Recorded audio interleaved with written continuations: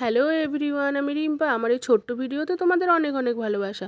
তো আজ তোমাদের সাথে শেয়ার করব বাদাম দিয়ে কচুর শাক রান্না। তো তার জন্য কচুর শাকটাকে ভালোভাবে কিন্তু ধুয়ে নিয়েছি।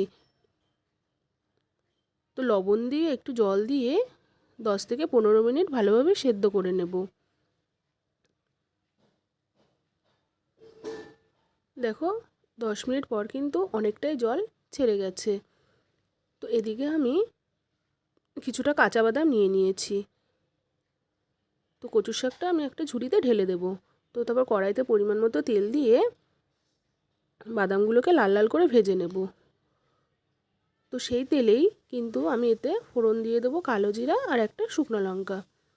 তো ফোড়ন দিয়ে দেখো কচু শাকটা কিন্তু দিয়ে দিয়েছি। এতে কিছু উপকরণ দেব, লঙ্কা বাটা, লবণ, হলুদ আর চিনি দিয়ে সিম্পল এই 3-4টে উপকরণ দিয়ে ভালোভাবে মিশিয়ে নেব। তো এদিকে বাদামগুলোকে আমি একটু ওই হাফ ভাঙা ভাঙা করে নেব। তো গোটা গোটা দিলে কিন্তু সেই স্বাদটা বেরোবে না বাদাম থেকে, তো কিছুটা ভেঙে ভেঙে নেব। তো তোমরা বাদাম দিয়ে কচুর শাক খেতে কে কে পছন্দ করো অবশ্যই কমেন্টে জানাবে। আর এরকমভাবে রান্না করে দেখো, খুবই ভালো লাগবে খেতে। তো যারা যারা আমার পেজে নতুন আছো অবশ্যই পেজটাতে ফলো করে দিও। টাটা।